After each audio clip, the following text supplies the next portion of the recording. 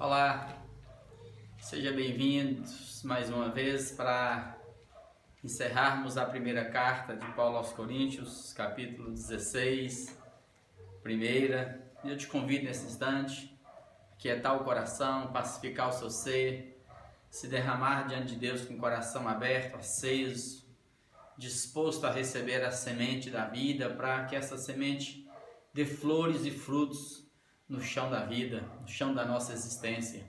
Que Deus te abençoe muito e nos abençoe a sua casa, a sua família, reúna os seus. E vamos lá, capítulo 16 da primeira carta. Paulo está dizendo assim, quanto à coleta para os santos, fazei vós também como ordenei às igrejas da Galácia.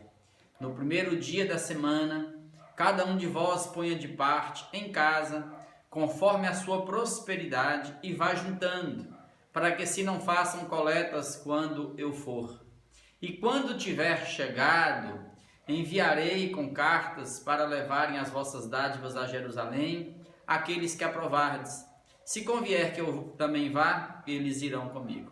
Então aqui foi um momento difícil, que estava acontecendo na igreja da Judéia, Jerusalém, período de crise, Israel, conforme registrado nas cartas, em Atos, um período difícil. E aqui Paulo faz uma arrecadação na região da Caia e da Macedônia. Então Paulo está dizendo assim, irmãos, faça a coleta, mas não faça quando eu estiver aí não. Eu não quero perder o tempo meu fazendo coletas. Então vocês ao longo das semanas vai separando de acordo com suas posses, com sua prosperidade, com o que você pode dar de bom coração, coração alegre, vá separando em casa. E aí quando eu estiver aí, a gente só reúne tudo e a gente elege aí na igreja 1, 2, 3, quantos forem necessários, para levar essa oferta até a Jerusalém, até a igreja de Jerusalém, que estava em Jerusalém. E se vocês quiserem que eu vá, eu também irei e esses irmãos irão comigo. Isso aqui, mais uma vez, é o que eu disse para vocês. Quando se dispõe a reunir como igreja, a gente tem que socorrer uns aos outros. Porque esses irmãos, não só foi um momento seco de crise, em que estava terminando a construção do templo de Herodes e muita gente desempregada, mas foi um momento também em que a igreja se viu perseguida demais. Muitos irmãos eram perseguidos, perdiam tudo, e a igreja tinha que acolher. E a igreja de Jerusalém foi a que mais sofreu perseguição, para que eles se espalhassem pelo mundo e não ficassem centrados ali em Jerusalém. Ok, então faça isso. Daqui para frente, você que tem esse dom da contribuição, que foi vendo falar sobre os dons, socorro, misericórdia, vai lembrando. E eu quero desde já agradecer a todos os irmãos que têm cooperado. Aquelas cestas que nós entregamos mensalmente. Obrigado pelos irmãos que contribuem. Deus prospere a vida de cada um de vocês. Verso 5. Irei ter convosco por ocasião da minha passagem pela Macedônia. E está registrado lá em Atos. Sim.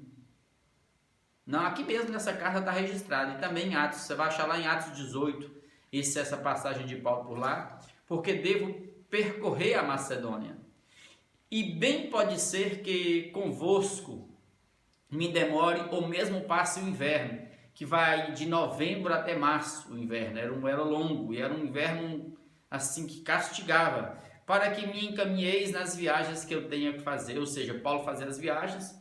Paulo era um cara livre de questões financeiras, ele trabalhava com as próprias mãos, mas se observe que ele não fechava o coração quando a igreja o abençoava e o encaminhava. O encaminhava, aqui não é só falar assim, vai Paulo, não. Era suprir Paulo de todas as necessidades dele. E além de suprir Paulo materialmente, a igreja que também estava intercedendo e orando pela vida do Paulo. Então Paulo não ia sozinho, ia uma igreja junto com ele, em oração e também nas contribuições. Verso 7, porque não quero agora ver-vos apenas de passagem, rapidinho, pois espero permanecer convosco algum tempo, se o Senhor permitir. Aí o se o Senhor permitir é para mostrar a nossa relatividade no tempo e no espaço e para a gente sempre lembrar que é Deus quem determina todas as coisas. Os planos do coração do homem são muitos, a gente faz muitos planos, mas a resposta certa vem sempre dos lábios do Senhor. Então isso é humildade, é saber que estamos debaixo da graça. Ficarei, porém, em Éfeso até o Pentecostes, Então ele vai passar o Pentecoste, a festa das primícias, As 7 semanas que inicia logo após a Páscoa, ele vai passar ali em Éfeso, né, o Pentecoste. E o Pentecoste no singular se refere ao 50º dia da festa, o último dia da festa, né? Porque uma grande porta e oportuna para o trabalho se me abriu e há muitos adversários. Você vai ler lá Atos 18, 19, 20, você vai ver como que ali nessa cidade, nessa região de Éfeso, na Ásia Menor, onde está hoje a Turquia Ocidental, né? Como que Paulo encheu aquilo ali, ó, do Evangelho de Deus, e como que foi frutífero ali naquelas igrejas todas, de forma que Herápolis, Colossos, né, Laodiceia, aquelas circunvizinhanças ali, todas receberam o genuíno e simples e puro Evangelho de Jesus Cristo. Isso é tremendo, você vê, lê isso aqui e vê assim, entrar nos bastidores da vida de Paulo e ver como que esse homem serviu a Deus e trabalhou para Deus de todo o coração, sem criar nenhum tesouro nessa terra, apenas tesouros no céu.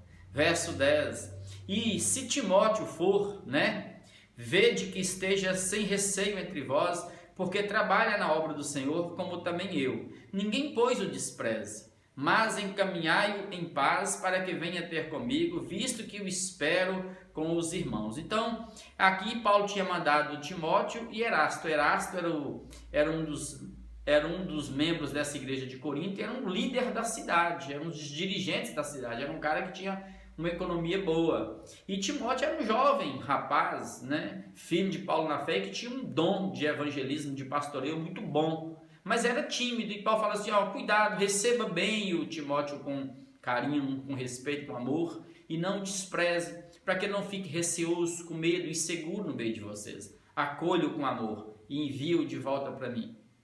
Acerca do irmão Apolo, né, muito lhe tenho recomendado que fosse ter convosco, em companhia dos irmãos, mas de modo algum era da vontade dele agora. Irá, porém, quando se lhe deparar boa oportunidade. Apolo era um cara eloquente, conhecedor do Velho Testamento, está citado lá no capítulo 1, né? Tanto que uma parte dessa igreja preferia Apolo, né? Tinha o grupo de Apolo, né? E daí gerava as divisões. Então Paulo está relatando por que Apolo não foi, porque não quis ir mesmo, né? Verso 13, sede vigilantes. Isso aqui eu quero chamar a atenção de vocês, amados, ó. Sede vigilantes. Eu estou vivendo no chão da terra, estou comendo, estou bebendo, estou trabalhando, mas eu estou aceso, o Espírito está vivo dentro de mim, e eu estou sempre observando os acontecimentos, de olho na volta de Jesus. Vigiante na terra, não estou embriagado não. Sede vigilantes, permanecei firmes na fé. Qual fé? A fé simples em Jesus, de fé em fé, para além das emoções, para além do tocar, do sentir, do cheirar, aquela fé que anda com Deus e sabe-se de Deus, apesar das dores e sofrimentos. Firme nessa fé. Portai-vos varonilmente, como homens dignos, cheios do Evangelho, pessoas honradas, sensatas, dignas da vocação de vocês, sem dar má testemunho na sociedade, né? Fortalecei-vos, né? Fortalecei-vos no Evangelho, como diz Paulo várias vezes. Fortalecer em quê? Na graça de Deus, na palavra do Evangelho, para resistir ao dia mau, para resistir aos dardos inflamados do maligno. É assim que a gente faz, amados. E é assim que nós temos que fazer daqui para frente todos os dias, com todo o nosso coração. Todos os vossos atos sejam feitos em amor. E esse verso 14 é o que a gente tem falado. Nada na terra hoje, amados, para aquele que se diz de Jesus, tem significado sem amor.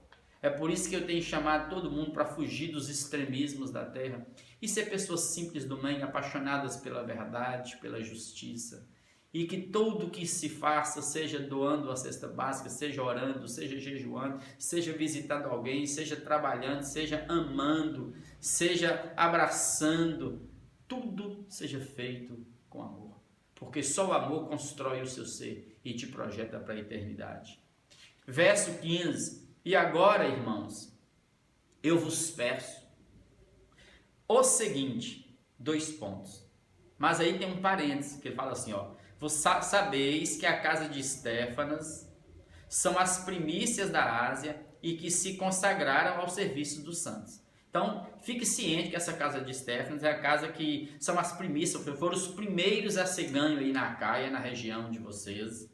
Tá vendo? E que essa casa se consagrou ao serviço dos santos. É uma casa que se abriu, ou seja, era mais uma casa onde a igreja se reunia, onde tinha gente congregando e reunindo. Tá bom? Então, 2 pontos. O que Paulo pede? Que também, aí, ó, vos sujeiteis a esses tais, como também a todo aquele que é cooperador e obreiro. Então, por favor, leve em consideração a casa de Stefanas e ele, porque é a casa que nos acolheu e que é a primícia e que é a bênção. Verso 17. Alegro-me com a vinda de Stefanas. Ó, para você ver. Esse que faz o papel de um anjo, e de Fortunato, e também de Acaico, porque estes supriram o que da vossa parte faltava. Eles supriram. E isso que faltava de vocês para comigo, esse encontro, essa relação, esse feedback, esses irmãos vieram e supriram como anjos de Deus, pacificaram o meu coração. Sim, porque o que eu fiquei apreensivo e com medo, porque o que eu estava ouvindo de vocês não era bom. Vocês estavam enveredando por caminhos tortuosos, divisões, pecados, brigas entre vocês, litígios entre vocês. Então esses irmãos trouxeram o refrigério, o bálsamo para a minha alma. Foram anjos de Deus aqui, olha o verso 18. Porque trouxeram refrigério ao meu espírito e ao vosso também.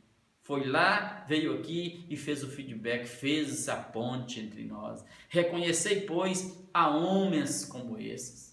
Então, quando a gente acha homens assim, amados, que amam Jesus, que são sempre solícitos ao Evangelho, que deles vazam amor, que são pessoas que não ficam em busca de poder, de dinheiro, de controle de ninguém, comercializando o Evangelho, inventando moda, efeito. Não, esses homens simples, que você não vê muito em mídia, mas eles estão aí servindo, honrem homens como esses, orem, cuidem deles.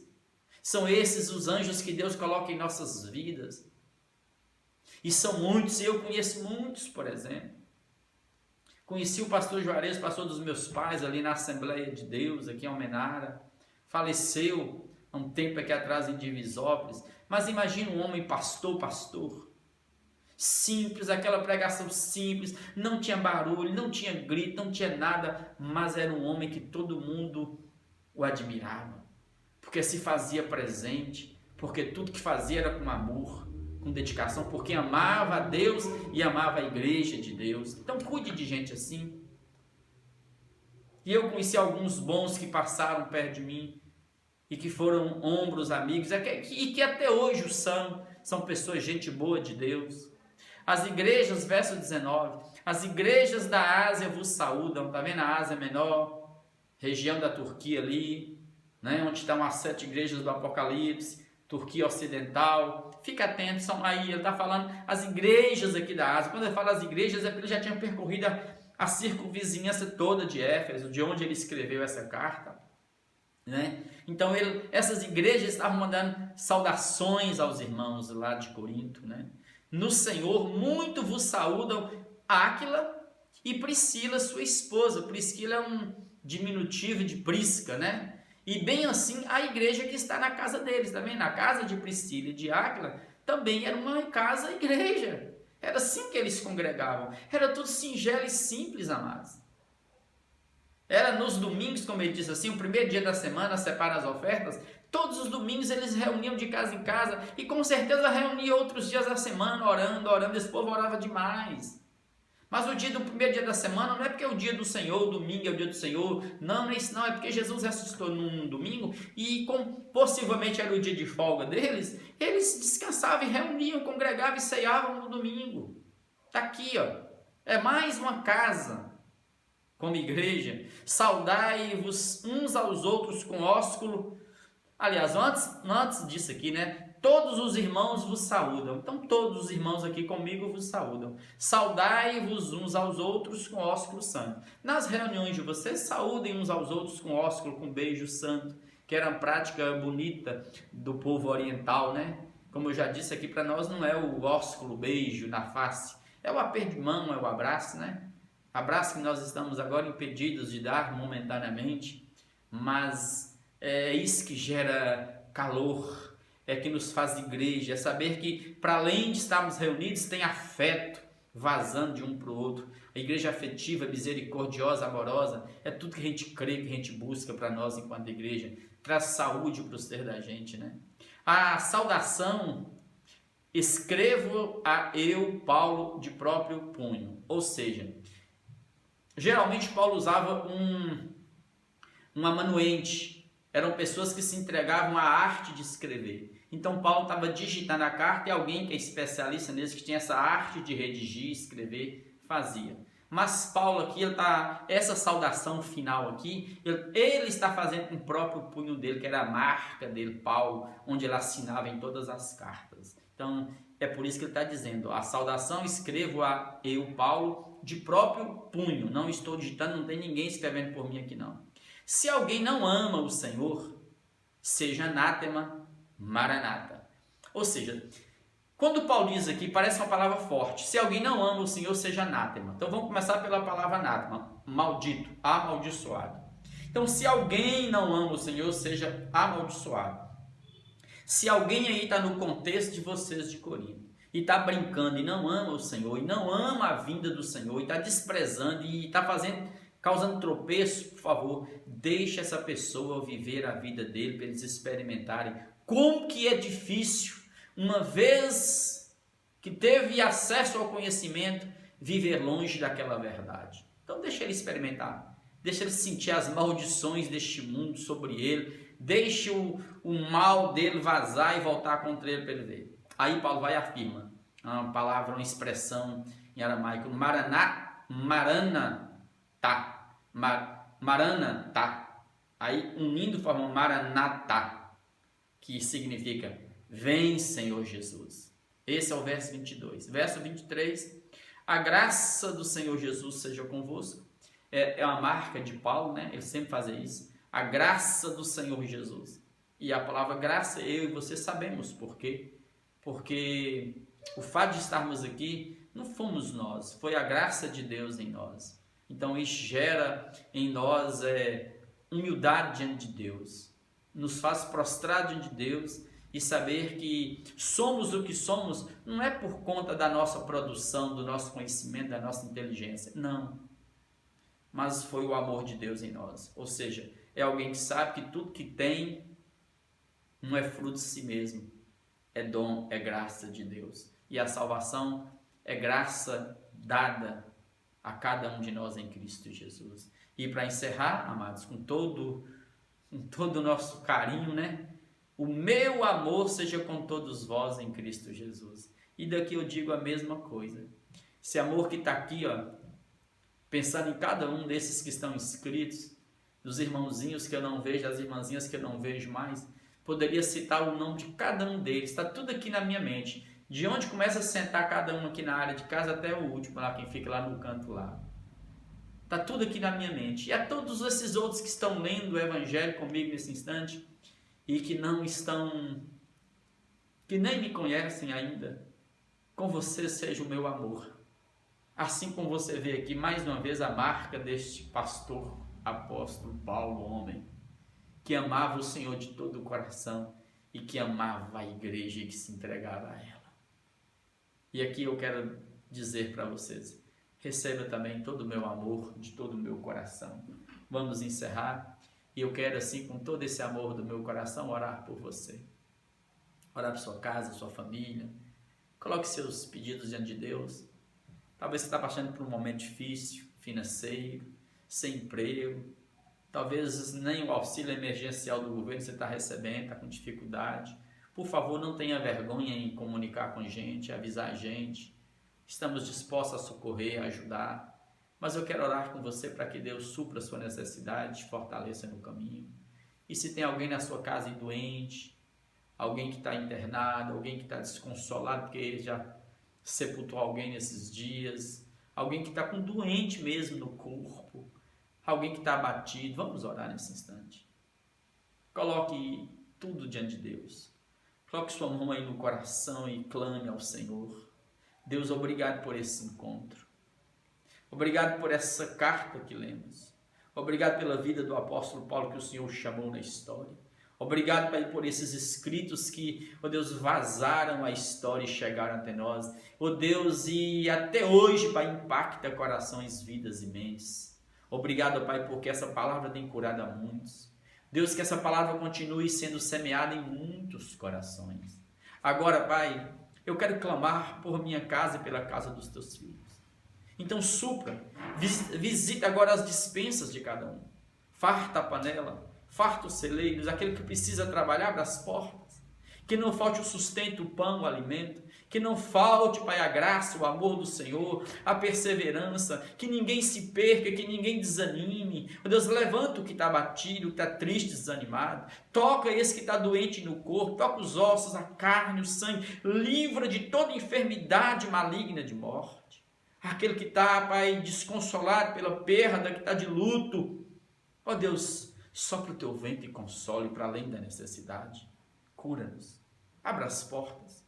Liberta aquele que está sendo oprimido, ó Deus, por forças espirituais do mal. Aquele que tem sido perseguido, Pai, por vozes estranhas, quebra, cessa tudo, Pai, e coloca no coração de cada um essa fé intrépida e ousada de quem se sabe em Ti, pelo sangue do Cordeiro, no poder do Espírito. É assim que nós oramos e abençoamos cada um e te agradecemos pela cura e pelo milagre na vida e na casa dos teus filhos, em nome de Jesus, para a glória de Jesus. Amém, amém e amém.